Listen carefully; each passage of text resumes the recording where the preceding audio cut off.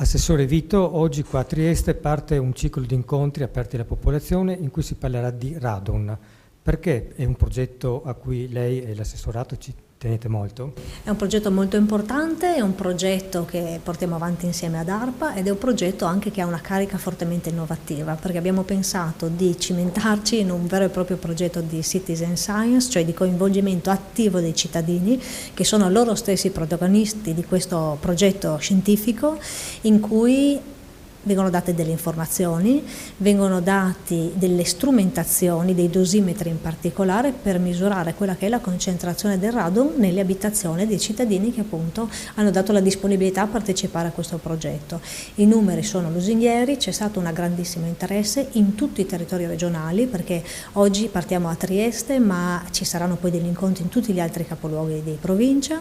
e soprattutto lavoriamo su un tema che è un tema di grande interesse. Il radon è un gas naturale,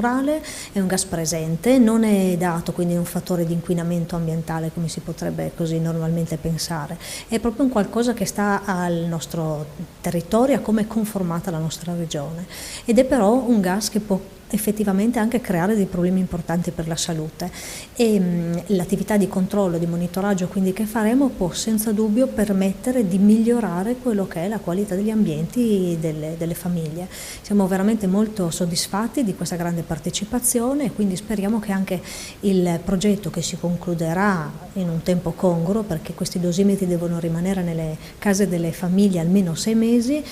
permetterà di avere dei risultati interessanti. ARPA farà gratuitamente tutte le attività di supporto, comprese le analisi, quindi le attività laboratoristiche comprese in questo progetto e ci auguriamo effettivamente che sia un progetto di interesse anche scientifico per le risultanze che darà. Quello che ci proponiamo di fare con questa iniziativa